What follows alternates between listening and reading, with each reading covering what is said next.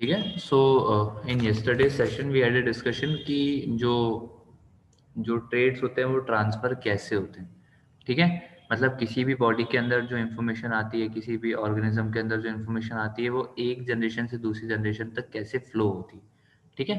तो सबसे पहले तो उसको थोड़ा-सा रैप अप कर लेते हैं। तो हम लोग डिस्कशन कर रहे थे अबाउट हेरिडिटी। अब सर हेरिडिटी का क्या लेना-देना? हेरिडिटी जो वर्ड है वो क्यों आ गया? ठीक है? तो थोड़ा-सा ध्यान से समझना।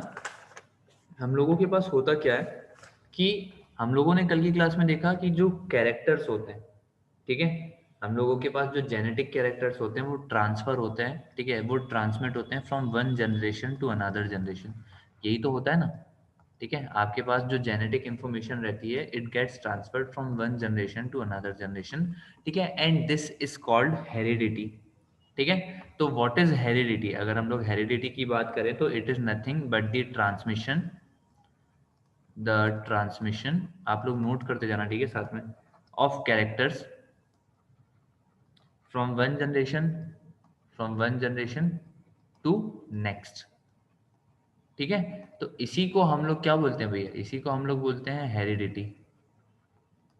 ठीक है, दिस इज कॉल्ड हेरिडिटी। ठीक है, बहुत सिंपल सी बात है। और हेरिडिटी किसके कारण होती है, जल्दी से बताओ। हेरिडिटी जो रहती है वो किसके कारण होती है, जल्दी से बताइए, एनीवन? तो हम लोग बोल सकते हैं कि हेरिडिटी जो रहती है it is because of the DNA and because of chromosomes. ठीक है, ठीक है। तो लिख लेते हैं DNA oblique chromosomes, chromosomes are responsible for it, are responsible for it, for it. ठीक है, सिंपल सी चीज़ है बिल्कुल, इसमें कुछ बहुत ज़्यादा दिमाग लगाने की ज़रूरत नहीं है। अच्छा, the study of heredity, the study of heredity is called, किसी को पता है क्या? द सिस्टमैटिक सिस्टमैटिक स्टडी, किसी को पता है क्या क्या बोलते हैं इसको? ऑफ हेरिडिटी, ऑफ हेरिडिटी, किसी को नहीं पता? Is called genetics. इसको क्या बोलते हैं? इसको बोलते हैं जेनेटिक्स। ठीक है, इसको ये जो हम लोगों के पास ये जो ब्रांच है, ये जो डिसिप्लिन है of science, this is called genetics. अच्छा, किसी को पता है क्या कि फादर ऑफ जेनेटिक्स किसको बोला जाता है? किसी को भी पता है? हम लोगों के पास जो ग्रेगोर मेंडल है, GREGOR, ग्रेगोर मेंडल जो है, आप में से कोई केबीसी देखता है? तो जो ग्रेगोर मेंडल है इनको कहा जाता है फादर ऑफ जेनेटिक्स। इस बार के केबीसी का क्वेश्चन है ये। तो Gregor Mendel is called the father of genetics because of his garden pea plant experiment. ठीक है, because because of his garden pea plant P plant experiments. ठीक है। कितने बच्चों ने देखा था वो वाला एपिसोड जिसमें ये आया था? मतलब ग्रेगोर मेंडल नहीं आया था, ग्रेगोर मेंडल नहीं आया था केबीसी में, बहुत ऑब्वियस सी बात है। ठीक है, लेकिन एक क्वेश्चन आया था, एक कोई वो थी शायद, कोई वर्कर थी शायद, सोशल वर्कर थी, तो जब वो खेले थे तो उस टाइम पर पूछा गया था। नॉट कंप्लीट एपिसोड, अच्छा ठीक है। तो उस टाइम पर उन्होंने पूछा था कि जो ग्रेगोर मेंडल था उन्होंने किसके ऊपर जो एक्सपेरिमेंट थे वो करे थे। ठीक है, तो इसका आंसर क्या होगा? Garden pea. ठीक है, जस्ट अ मिनट बेटा, जस्ट अ मिनट। ओके, सो आपकी आवाज़ अटक रही है, आपकी आवाज़, अरे मैं कुछ बोल नहीं रहा था एक्चुअली उस टाइम पर, एंड पिसियम सेटिमम पर किया था। हाँ, वो उसका वो है, हमको बोलना चाहिए साइंटिफिक नेम है। ठीक है, ठीक है। तो अच्छी बात है, अच्छी बात है ना, कि मतलब इसका जो वो है, जो फादर ऑफ जेनेटिक्स है वो किसको बोला जाता है? ग्रेगोर मेंडल को बोला जाता है। वैसे तो किसी को फर्क नहीं पड़ता इस बात से, लेकिन ठीक है, अपन को पता होना चाहिए ना कि अपन जो चीज़ पढ़ रहे हैं उस चीज़ का ओरिजिनेशन कहाँ से हुआ है। ठीक है, तो चलो अच्छी चीज़ है ये। अच्छा, जीन्स क्या होते हैं? ध्यान से सुनो, ध्यान से सुनो, जल्दी से बताओ मुझको, जीन्स क्या होते हैं? अब ये तो हम लोगों के पास हो गया हिस्टोरिकल एस्पेक्ट। ठीक है, ये अपने पास हो गया हिस्टोरिकल एस्पेक्ट थोड़ा सा, कि हाँ पुराने ज़माने की बातें हम लोगों ने कर ली। चलो थोड़ा साइंस की बात कर लेते हैं। तो हम लोग यहाँ पर लिख लेते हैं the polymeric units, polymeric units of DNA are called jeans.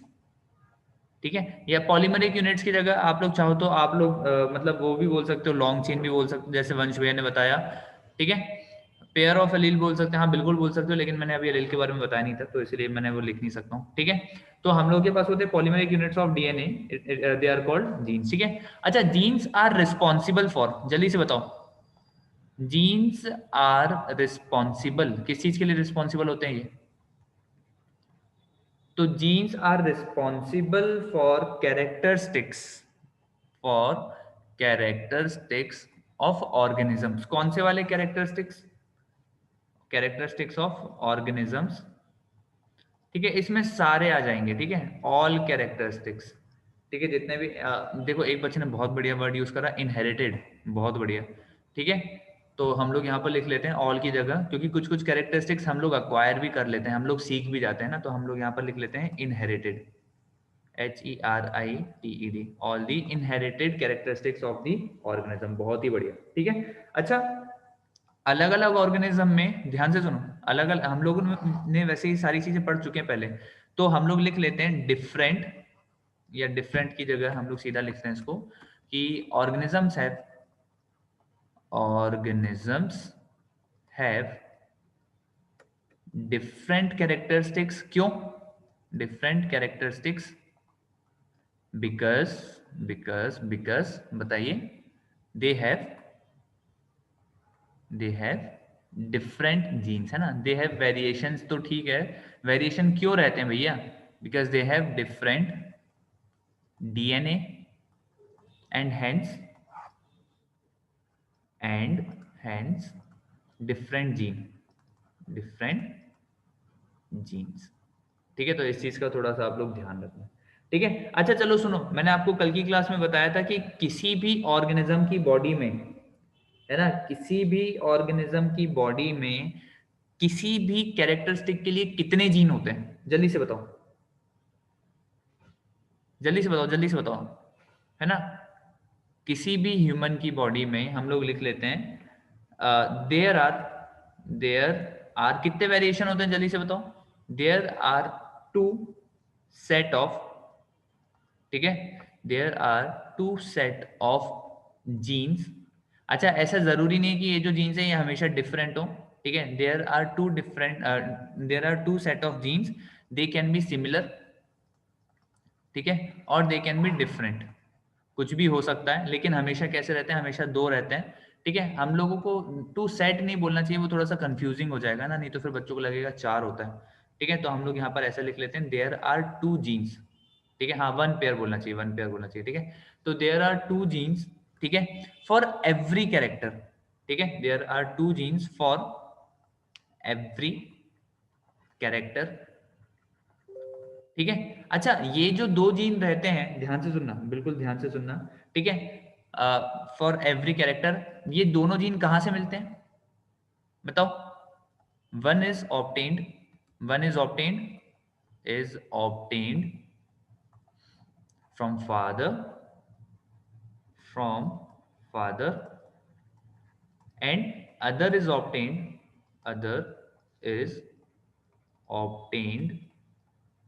From mother.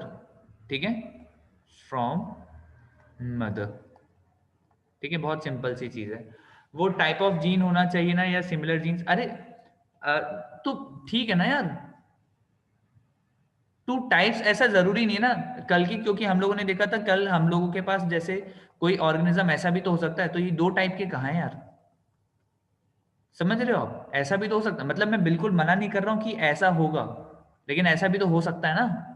तो जरूरी नहीं है कि आपके पास जो दोनों जीन प्रेजेंट है बॉडी के अंदर वो डिफरेंट हो। ठीक है, तो भैया there are 2 genes, they can be similar और they can be different for every character, and one is obtained from father and the other is obtained from the mother. जल्दी से बताओ। ठीक है, अच्छा चलो बताओ, क्या दोनों के दोनों जीन्स खुद को एक्सप्रेस करते हैं? क्या दोनों के दोनों जीन्स खुद को एक्सप्रेस करते हैं? जल्दी से बताओ, कौन सा वाला करता है? जो जीन खुद को एक्सप्रेस करता है उसको क्या बोलते हैं? जो जीन खुद को एक्सप्रेस करता है उसको क्या बोलते हैं? ठीक है, तो हम लोग यहां पर लिख लेते हैं कि वन जीन एक्सप्रेस इटसेल्फ। ठीक है, इसको हम लोग बोलते हैं, इसको हम लोग क्या बोलते हैं? Dominant gene. ठीक है, and one which do not express. ठीक है, one which do not express, अभी मैं इसके एग्जाम्पल बता रहा हूं, डू नॉट एक्सप्रेस, इसको हम लोग क्या बोलते हैं? इसको हम लोग बोलते हैं रिसेसिव। क्या बात है, बहुत सारे बच्चों को समझ में आ रहा है ये। ठीक है, तो वो जीन जो खुद को एक्सप्रेस करता है भैया, उसको हम लोग बोलते हैं, ठीक है, उसको हम लोग बोलते हैं डोमिनेंट जीन। और जो नहीं कर पाता बेटा, जो नहीं कर पाता उसको हम लोग क्या बोलते हैं? Recessive gene. ठीक है, चलो इसके थोड़े से एग्जांपल्स की बात कर लेते हैं। जैसे कि मैंने बोला, ठीक है, एक सेकंड रुकना यार, मेरा नाम क्या हो रहा है बार बार। ठीक है, जैसे ओके, मतलब I know I am famous in in this city, but हर जगह मेरा नाम क्यों आ रहा है? तो चलो सुनो, है ना। तो जैसे एग्जाम्पल्स की बात कर लेते हैं, है ना। जैसे कि मेरे पास सलमान भाई की कृपा, अरे नहीं भैया ऐसा मत करो यार। चलो सुनो सुनो सुनो, अगर जैसे मेरे पास एक पर्सन है, ठीक है, पर्सन एक्स है, ठीक है, पर्सन एक्स है, और इसके अंदर हाइट की इसके अंदर हाइट के जो जीन है, ध्यान से सुनना, ठीक है, बिल्कुल ध्यान से सुनना, है ना। इसके अंदर हाइट के जो जीन है ना, तो हाइट जीन ऐसा लिख लेते हैं अभी समझने के लिए। ठीक है, ये क्या है? ये है टी एस, है ना। टी मतलब टॉल, एस मतलब स्मॉल। ठीक है, टी मतलब टॉल और एस मतलब शॉर्ट होना चाहिए, वो ज्यादा सेंस बनाएगा। ठीक है, तो इसके अंदर हाइट के जो जीन है, जो हाइट के जो जीन है, they are tall and short. ठीक है, और ये जो है ये दिखने में, ठीक है, इसका जो अपीयरेंस है, इसका जो अपीयरेंस है वो कैसा है? वो है टॉल। तो चलो बताओ डोमिनेंट कौन सा होगा और रिसेसिव कौन सा होगा? जल्दी से बताइए, जो डोमिनेंट जो होगा वो कौन सा होगा? ठीक है, तो अरे यहाँ पर एल तो है ही नहीं। ठीक है, तो इस चीज का थोड़ा सा ध्यान रखना है ना। तो हम लोगों के पास जो डोमिनेंट जीन रहेगा it will be capital T, और जो रिसेसिव जीन रहेगा इट विल बी एस। ठीक है, चलो एक और एग्जाम्पल की बात कर लेते हैं हम लोग, एक और एग्जाम्पल की बात कर लेते हैं। अगर हम लोगों के पास एक पर्सन वाई है, ठीक है, एक पर्सन वाई है, इसकी आई का इसके अंदर जो आई कलर है ना, आई कलर, या आई कलर तो चलो ठीक है बहुत अनकॉमन हो गया, हम लोग बात कर लेते हैं हेयर पैटर्न। हेयर पैटर्न जो है, इसके दो जीन प्रेजेंट हैं, एक है स्ट्रेट और एक है करली।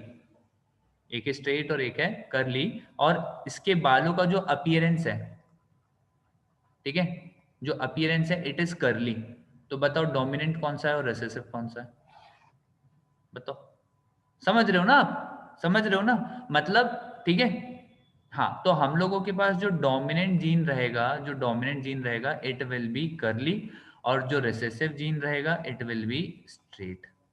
ठीक है, इट विल बी स्ट्रेट। ठीक है, चलो सुनो, मुझे एक और लास्ट बताओ। ठीक है, this is the first one, this is the second. चलो मुझे लास्ट बताओ, एक पर्सन है, ठीक है, एक पर्सन है, और किस स्टेट की बात करें, चलो अपन कलर की बात करते हैं। ठीक है, तो हम लोगों के पास एक पर्सन जेड है, ठीक है, एक पर्सन जेड है।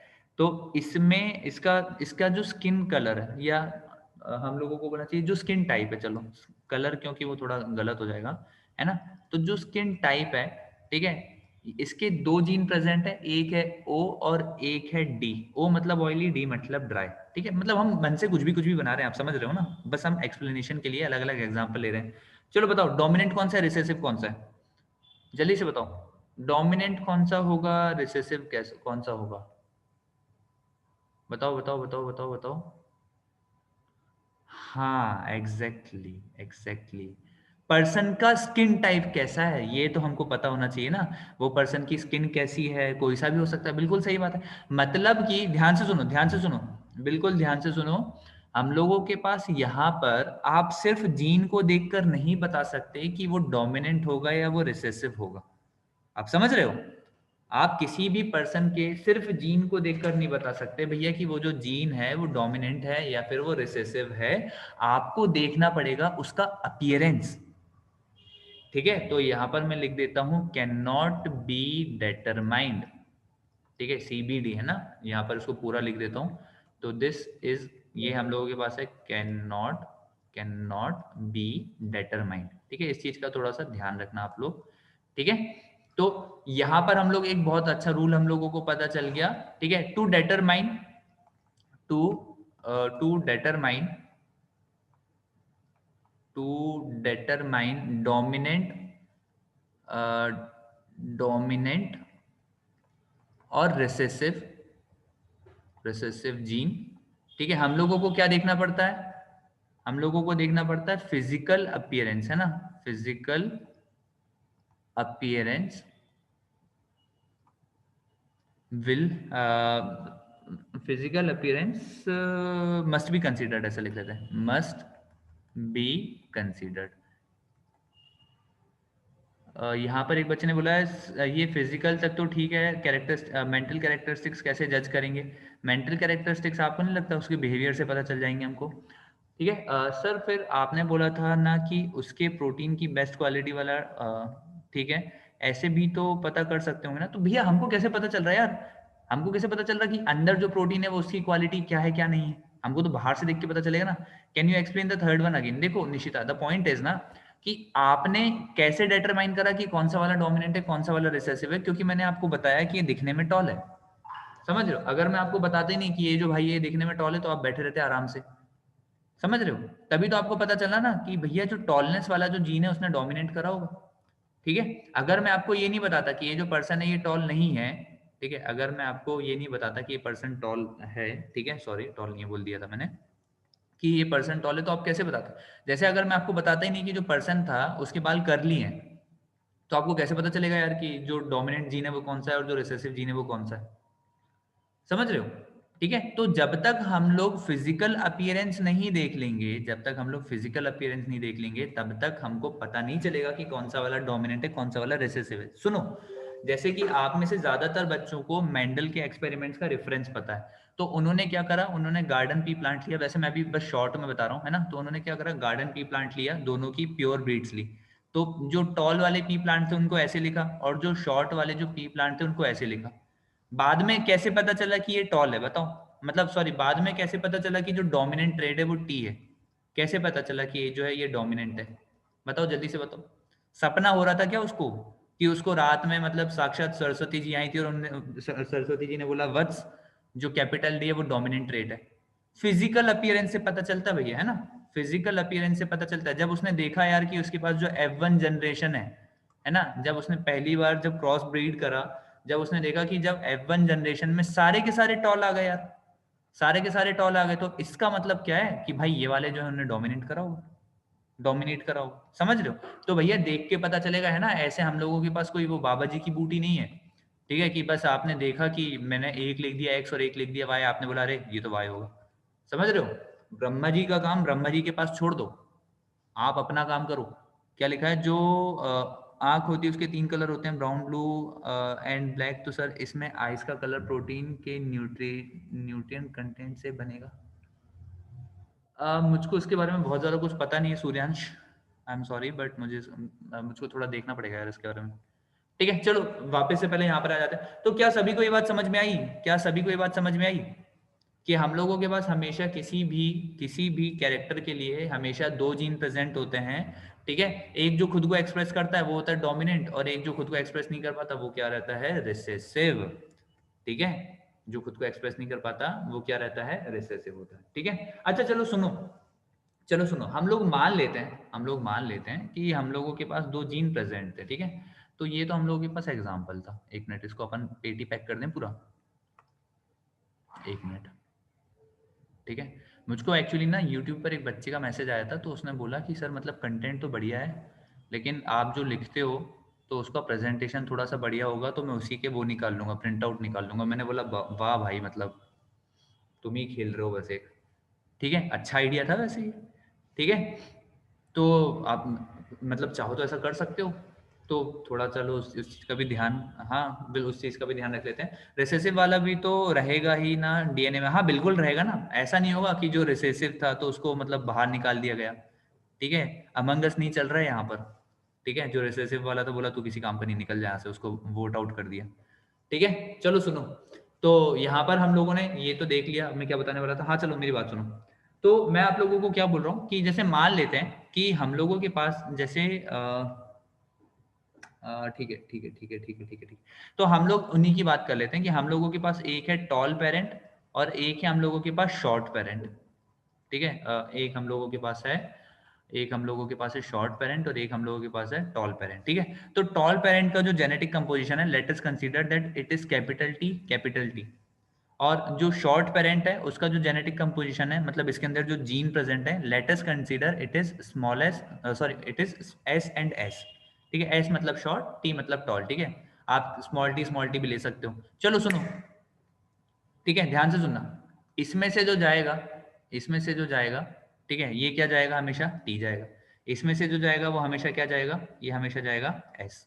ठीक है, तो यहाँ पर इन दोनों का जो प्रोडक्ट होगा, मतलब इन दोनों का प्रोडक्ट मतलब आप समझ रहे हो, इन दोनों का जो बेबी होगा उसका जो जेनेटिक कंपोजिशन है, उसका जो जेनेटिक कंपोजिशन है वो कैसा है, वो है टी एस।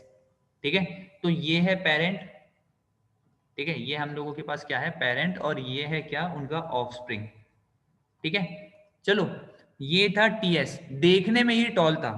देखने में ये कैसा था, टॉल। बताओ डोमिनेंट कौन सा हुआ?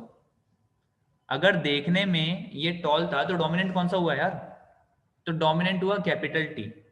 ठीक है, हम लोगों के पास, हम लोग यहाँ पर लिख लेते हैं कि जो डोमिनेंट है, जो डोमिनेंट है वो क्या है, वो है कैपिटल टी। चलो ठीक है, चलो मेरी बात सुनो फटाफट, है ना।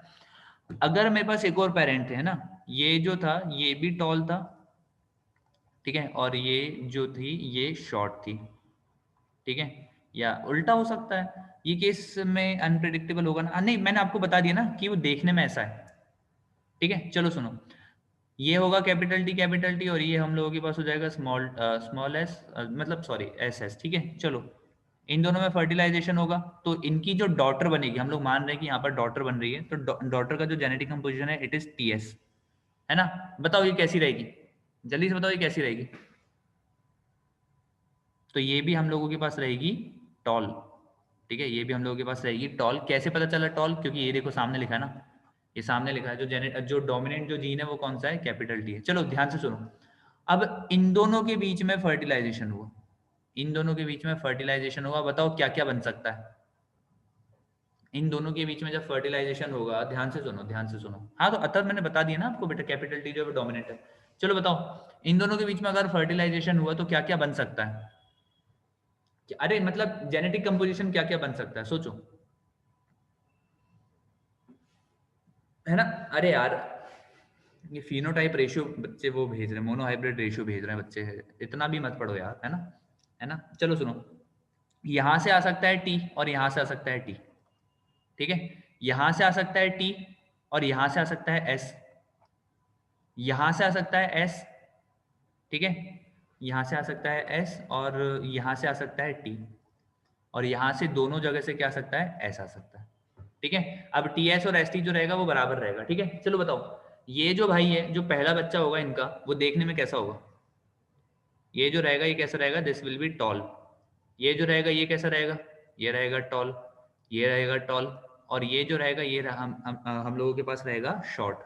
ठीक है, अरे सर ये तो आपने कल की क्लास में बताया था, ये तो आपने कल की क्लास में बताया था, ये क्या आप रोज रोज एक ही चीज बता रहे हो। चलो मेरी बात सुनो, ठीक है, जो डोमिनेंट जीन है, जो डोमिनेंट जीन है ना, हम लोगों के पास डोमिनेंट जी क्या है, ध्यान से सुना है ना, डोमिनेंट जी जो है, जीन जो है इट इज कैपिटल टी। तो क्या मैं ऐसा लिख लूं कि जो डोमिनेंट जीन है, डोमिनेंट जीन जो है will express, will express itself, in all conditions, all conditions। ठीक है, लेकिन लेकिन बिल्कुल ध्यान से सुनना, जो रिसेसिव जीन रहेगा, जो रिसेसिव जीन रहेगा वो हमेशा खुद को कब एक्सप्रेस कर पाएगा, बताओ? जो रिसेसिव जीन है वो खुद को कब एक्सप्रेस कर पाएगा? बताओ बताओ बताओ बताओ बताओ। सेम टाइप नहीं, in the absence of dominant one. बहुत बढ़िया बहुत बढ़िया बहुत बढ़िया। ठीक है, जब उसके साथ रिसेसिव जीन हो, मतलब जब बेसिकली जब डोमिनेंट जीन जो है जब वो एब्सेंट हो, तभी जाकर वो खुद को एक्सप्रेस कर पाएगा। ठीक है, तो हम लोग ऐसा लिख सकते हैं भैया कि जो डोमिनेंट जीन है वो तो देखो यहाँ पर था एक्सप्रेस करा, यहाँ पर था एक्सप्रेस करा, यहाँ पर था एक्सप्रेस करा, जहां होगा है ना, जहां होगा वहां पर डोमिनेंट जीन जो रहेगा वो खुद को क्या करेगा, एक्सप्रेस करेगा. But a recessive gene will express itself only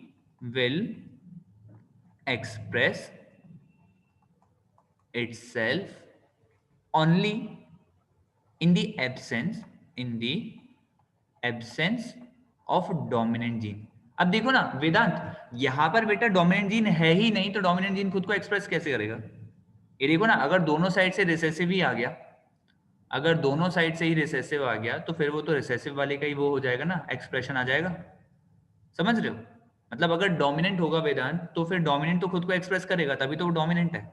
लेकिन अगर डोमिनेंट हुआ ही नहीं, हेट्रोजाइगस बोल सकते हो सूर्यांश, लेकिन इतने भारी शब्दों में क्यों घुसना बेटा हमको? होमोजाइगस और हेट्रोजाइगस में अभी क्यों घुसना है? आखिरी में पढ़ेंगे एक्स्ट्रास में. डोमिनेंट को निकाल नहीं सकते क्या? नहीं बेटा, ये पूरी प्रोसेस रैंडम होती है. ये recessive can never become dominant. Recessive can become dominant only in the absence of dominant. है ना? ठीक है, मतलब जब समझ रहे हो ना, जब तक शेर है तब तक शेर की चलेगी, और जैसे ही शेर भाग गया, या जैसे ही शेर जो है वो थोड़ा पानी पीने चला गया, कोल्ड ड्रिंक पीने चला गया, है ना, स्ट्रेटेजिक टाइम आउट में बाहर चला गया, तो उस टाइम पर फिर हिरण की चलने लगेगी. है ना? ठीक है, तो recessive gene will express itself only in the absence of dominant gene. जल्दी से बताओ, क्या ये बात क्लियर है? ये तो वही हो गया कि गब्बर से सिर्फ गब्बर बचा सकता है, हाँ बोल सकते हैं. डोमिनेंट एक्सप्रेस करना बंद कर दे. बेटा डोमिनेंट एक्सप्रेस करना बंद कैसे कर देगा? हिरण के नाम पर सलमान भाई की याद आ गई ऐसा? हाँ ओजस, हेलो. ठीक है, तो क्या ये चीज क्लियर है सभी को? मैं आगे बढ़ जाऊं? है ना, बहुत इंपॉर्टेंट चीज है ये बेटा, है ना. डोमिनेंट जो होगा, डोमिनेंट तो खुद को कभी भी एक्सप्रेस कर सकता है, तभी तो वो डोमिनेंट है ना, तभी तो उसकी चल रही है ना. ठीक है, लेकिन जो रिसेसिव है, देखो बच्चों को क्या लगता है कि रिसेसिव खुद को कभी एक्सप्रेस नहीं कर पाता. है ना, जैसे हम लोगों ने यहाँ पर क्या लिखा था, हम लोगों ने यहाँ पर लिखा था, ध्यान से सुनना, ध्यान से सुनना. हम लोगों ने यहाँ पर क्या लिखा था? One which do not express. ठीक है, one which do not express, इसको हम लोगों ने क्या बोला था? रिसेसिव. ठीक है, ये जो पूरी प्रोसेस होती है वो प्रेगनेंसी के पहले होती है, प्रेगनेंसी के बाद में बेटा उस टाइम पर ही होती है, आपकी फर्टिलाइजेशन के टाइम पर. अगर उसके प्रोटीन की क्वालिटी खराब कर दें, अरे क्यों किसी का बुरा सोचना है वेदांत, है ना. तो इस चीज का थोड़ा सा ध्यान रखना कि जो डोमिनेंट रहेगा वो खुद को कभी भी एक्सप्रेस कर सकता है, लेकिन जो रिसेसिव होगा वो खुद को एक्सप्रेस करेगा, but only in the absence of dominant gene. चलो बताओ, समझ में आया? डोमिनेंट एब्सेंस कैसे हो सकता है? अगर डोमिनेंट आया ही नहीं, अगर डोमिनेंट आया ही नहीं, आप समझ रहे हो ना, अब जैसे राम लखन अगर आए ही नहीं, तो फिर कैसे होगा? तो अगर यहां से देखो, ऐसा मैंने आपको कल की क्लास में बताया था कि जरूरी नहीं है कि आपके पास अगर ये डोमिनेंट है तो हमेशा, समझ रहे हो, अगर आपके पास जैसे टॉल जीन जो है वो डोमिनेंट है, तो इसका ये मतलब नहीं है कि इन दोनों में से हमेशा क्या जाएगा, हमेशा टॉल जाएगा, कुछ भी जा सकता है. तो अगर यहां से शॉर्ट चला गया और यहां से भी शॉर्ट चला गया, तो फिर आपके पास ऐसा कुछ बन जाएगा. मतलब आपके पास चांसेस होते हैं. ठीक है निशिता, क्लियर है ये? ठीक है, मतलब आपके पास देखो क्या होता है ना, जब जब जीन्स का ट्रांसफर होता है ना, जब जीन्स का ट्रांसफर होता है तो कुछ भी जा सकता है. समझ रहे हो? तो ऐसा कुछ जरूरी नहीं होता कि जो डोमिनेंट है हमेशा वही ट्रांसफर होगा, या फिर जो नहीं, वन फोर्थ नहीं रहता, वन फोर्थ नहीं. अगर रेसेसिव को बाहर से अच्छी क्वालिटी का प्रोटीन प्रोवाइड करे तो करो, बिल्कुल करो. 11th 12th में बायो लो, उसके बाद फिर बायोटेक लो, और फिर बढ़िया से सारे काम करो. ये रियल लाइफ में कैसे पता चलेगा? अरे इसमें सॉरी क्या है? ठीक है, चलो सुनो सुनो सुनो सुनो सुनो. तो मेरे पास यहाँ पर क्या होता है, बिल्कुल ध्यान से सुनना है ना. डोमिनेंट आए ही नहीं, ये समझ नहीं आया. अरे यार संस्कृति, मुझे एक बात बताओ बेटा. मेरे पास जैसे मेल है ना, मेरे पास मेल है, तो मेल में जो जीन रहते हैं, मतलब जो हम लोगों को बोलना चाहिए सेक्स के बोल रहा हूँ, सॉरी, जेंडर के जो जीन होते हैं, वो हम लोगों के पास क्या रहते हैं? एक्स वाई रहते हैं. और फीमेल में क्या है? फीमेल में हम लोगों के पास होता है एक्स एक्स. फीमेल हमेशा क्या कंट्रीब्यूट करती है? एक्स कंट्रीब्यूट करती है. अच्छा मेल क्या करता है बताओ, मेल क्या करता है? मेल क्या कंट्रीब्यूट करता है संस्कृति, बताओ. जो मेल रहता है वो क्या कंट्रीब्यूट करता है? दोनों में से कुछ भी कर सकता है ना, समझ रहे हो ना आप? है ना, समझ रहे हो ना? तो यहां से एक्स भी आ सकता है, या फिर यहां से वाई भी आ सकता है. आप समझ रहे हो, कुछ भी हो सकता है ना, कुछ भी हो सकता है. तो यहां पर आपके पास जो चाइल्ड है, ठीक है, जो चाइल्ड है वो आपके पास होगा क्या? या तो एक्स एक्स बनेगा, या तो आपके पास एक्स वाई बनेगा. ठीक है. अच्छा चलो बताओ मुझे, जल्दी से मुझे बताओ, इनको देखकर बताओ, दोनों में से डोमिनेंट कौन सा होता होगा? एक्स एक्स और एक्स सॉरी एक्स और वाई में से जो डोमिनेंट होगा वो कौन सा वाला होगा? थोड़ी सी बुद्धि लगाओ और सोचो, जो डोमिनेंट होगा वो कौन सा होगा? गलत, सारे बच्चों का गलत है अभी तक। डोमिनेंट एक होता है निशिता, मैंने कल की क्लास में भी बताया था। जो डोमिनेंट होगा, बच्चे का सेक्स देखकर, वो तो बहुत ऑब्वियस सी बात है। अनप्रेडिक्टेबल, थोड़ा सा सोचो, थोड़ा सा सोचो। डोमिनेंट जो रहेगा वो एक्स रहेगा। अरे अगर डोमिनेंट एक्स होता, थोड़ा सा सोचो, अगर डोमिनेंट एक्स होता, सुनो, तो ये गर्ल है ना? अगर आपने बोला, गर्ल लिख दिया मैंने, है ना? ये गर्ल है, ठीक है। आपने बोला कि जो डोमिनेंट है वो एक्स है व्हेन कंपेयर टू वाई, तो चलो बताओ इसको क्या होना चाहिए था? बताओ बताओ बताओ, अगर डोमिनेंट एक्स होता तो इसको क्या होना चाहिए था? अरे अथर, इसको भी गर्ल होना चाहिए था ना। लेकिन क्या ये गर्ल होती है? नहीं होती। तो आपका जो अजम्पशन था वो क्या था? रॉन्ग था, है ना? चलो फिर से बताओ, डोमिनेंट जो है वो क्या होगा? डोमिनेंट जो होगा वो क्या होगा? वाई होगा ना, है ना? डोमिनेंट जो होगा वो वाई होगा। देखो कैसे, अगर वाई है, अगर वाई है तो ये क्या है? ये है मेल। और अगर वाई नहीं है, अगर वाई नहीं है तो ये क्या हो गया? ये हो गया फीमेल। ठीक है, आप समझ रहे हो? ठीक है, मतलब वाई जो है वो तो खुद को एक्सप्रेस कर रहा है ना, है ना? वाई जो है वो खुद को एक्सप्रेस कर रहा है, लेकिन एक्स खुद को सिर्फ तभी एक्सप्रेस कर पा रहा है जब वाई एब्सेंट है। यही तो लिखा था मैंने, है ना? वाई जो है वो तो, उसको फर्क ही नहीं पड़ रहा कि एक्स है या नहीं है, वो तो खुद को एक्सप्रेस कर रहा है। लेकिन एक्स जो है वो खुद को तभी एक्सप्रेस कर पा रहा है जब वाई एब्सेंट है। तो अब अगर हम लोगों को समझ में आ गया यार कि हम लोगों के पास जो दो रहते हैं, जो हमको बोलना चाहिए, तो जो दो जीन्स प्रेजेंट रहते हैं, या ट्रांसजेंडर्स का क्या होता है, मैंने कल की भी क्लास में बताया था, रोज रोज नहीं बेटा यही चीज। मुझे जल्दी से बताओ, अगर मैंने मान लिया कि मेरे पास वाई जो है वो डोमिनेंट होता है, तो क्या संस्कृति हमेशा वाई जाएगा मेल्स में से? बताओ, अगर वाई डोमिनेंट होता है तो क्या हमेशा वाई जाएगा संस्कृति? नहीं जाएगा, कुछ भी जा सकता है ना, कुछ भी जा सकता है ना। तो बिल्कुल उसी तरीके से, बिल्कुल उसी तरीके से हम लोगों के पास यहाँ पर, ठीक है, टी और एस दोनों प्रेजेंट है तो कुछ भी जा सकता है। समझ रहे हो? ठीक है, आपके पास जब भी आपके पास हेरिडिटी होती है, मतलब जब भी आपके पास ट्रांसमिशन होता है ट्रेड्स का, तो जरूरी नहीं है कि जो डोमिनेंट है हमेशा वो ही जाएगा बेटा, कुछ भी हो जा सकता है। ये कंप्लीटली रैंडम प्रोसेस होती है। ठीक है, अगर डोमिनेंट वाला ही हमेशा आगे बढ़ेगा तो फिर आपके पास वेरिएशन ही नहीं आएंगे बेटा। ठीक है, चलो ध्यान से सुनो। मैंने बोला मुझको अभी नहीं आया समझ, आपने कहा था कोई पावरफुल नहीं होता। रुक जाओ, थोड़ा सा वेट करो।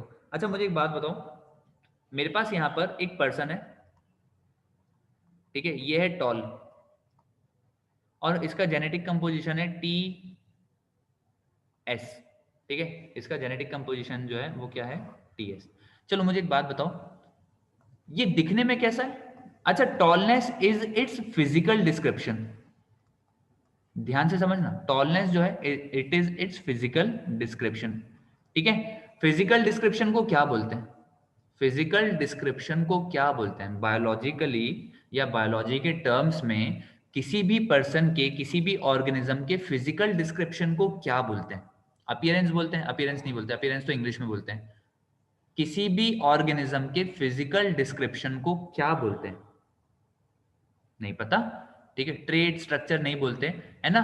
तो ध्यान से सुनो, द फिजिकल डिस्क्रिप्शन, ठीक है, the physical description of an organism, of an organism, ठीक है, इट इज कॉल्ड फिनोटाइप, है ना? The physical description of an organism is called, is called phenotype. Phenotype. It is called its phenotype. While the genetic description, the genetic description, इसको क्या बोलते हैं बताओ? ये बन जाएगा बच्चों से, है ना? क्योंकि बच्चों को पता तो था लेकिन उनको ये नहीं पता था कि इन वर्ड्स का मतलब क्या होता है। तो the genetic description of an organism, इसको क्या बोलते हैं भैया? The genetic description of an organism is called, अरे बाप रे क्या क्या लिख दिया, जेनेटिक्स नहीं बोलते हैं, इज कॉल्ड जीनोटाइप। इसको हम लोग क्या बोलते हैं? It is called genotype. ठीक है, बिल्कुल सिंपल सी चीज है, बिल्कुल सिंपल सी चीज है। जैसे अगर मैंने आपसे बोला, ध्यान से सुनो, है ना, अगर मैंने आपसे बोला कि मेरे पास एक, जैसे एक सीड है, ठीक है, एक सीड है जो कि दिखने में येलो है, जो दिखने में क्या है, जो दिखने में येलो है, ठीक है, और इसका जो जेनेटिक कंपोजिशन है it is why Y.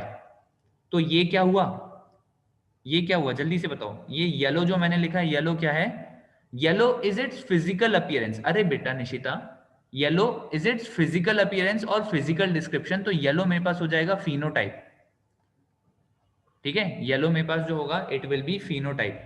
While the genetic description, उसके अंदर कौन से जीन प्रेजेंट है, उसके अंदर कौन से जीन प्रेजेंट है, इसको हम लोग क्या बोलते हैं, इसको हम लोग बोलते हैं जीनोटाइप, ठीक है। तो ये चीज सभी को क्लियर रहेगी। The physical description of an organism is called its phenotype, while the genetic description of an organism of the same organism is called its genotype। क्या ये बात सभी को क्लियर है, जल्दी से बताइए, ठीक है। तो ये छोटी छोटी सी वर्ड्स हैं, मतलब छोटे छोटे से वर्ड्स हैं, इनका थोड़ा सा ध्यान रखना।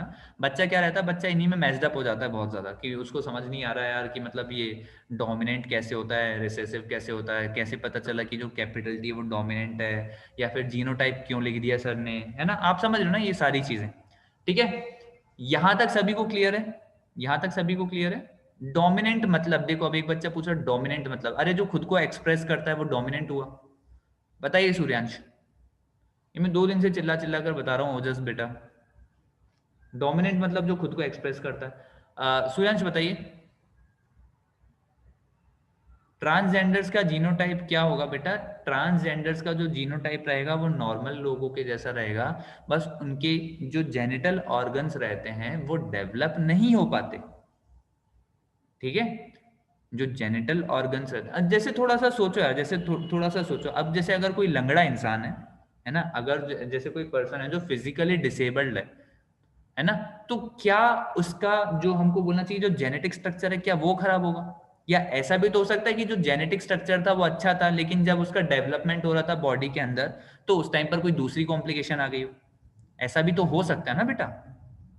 अब अगर आपने बोला भैया कि किसी का दिमाग खराब है, आपने बोला कि किसी का दिमाग खराब है, तो भैया इसके बहुत मतलब हो सकते हैं, इसका मतलब हो सकता है कि उसका फोर ब्रेन खराब है, ऐसा हो सकता है कि उसका मिड ब्रेन खराब है, ऐसा हो सकता है कि उसका हाइंड ब्रेन खराब है, ऐसा हो सकता है कि भैया fore brain, mid brain, hind brain सारी चीजें ठीक है लेकिन बीच में कोई कनेक्शन में गड़बड़ है, कुछ भी हो सकता है ना, कुछ भी हो सकता है। अब जैसे आपने बोला कि कोई पर्सन है वो चल नहीं पाता, है ना, कोई जो पर्सन है वो चल नहीं पाता, या कोई जो पर्सन है वो ठीक से खड़ा नहीं हो पाता, ठीक है, तो जरूरी थोड़ी ना कि उसके पैर खराब है, ठीक है ना, जरूरी नहीं है कि उसके पैर खराब है, ऐसा हो सकता है कि उसके दिमाग का वो वाला पार्ट खराब है जो उसका पोस्चर को वो करता है, कंट्रोल करता है, ठीक है। तो मतलब भैया ह्यूमन बॉडी बहुत ज्यादा कॉम्प्लिकेटेड होती है, ठीक है, अपन को जितनी चीजें ब्लैक एंड व्हाइट दिखती चीजें उतनी ब्लैक एंड व्हाइट होती नहीं, ठीक है।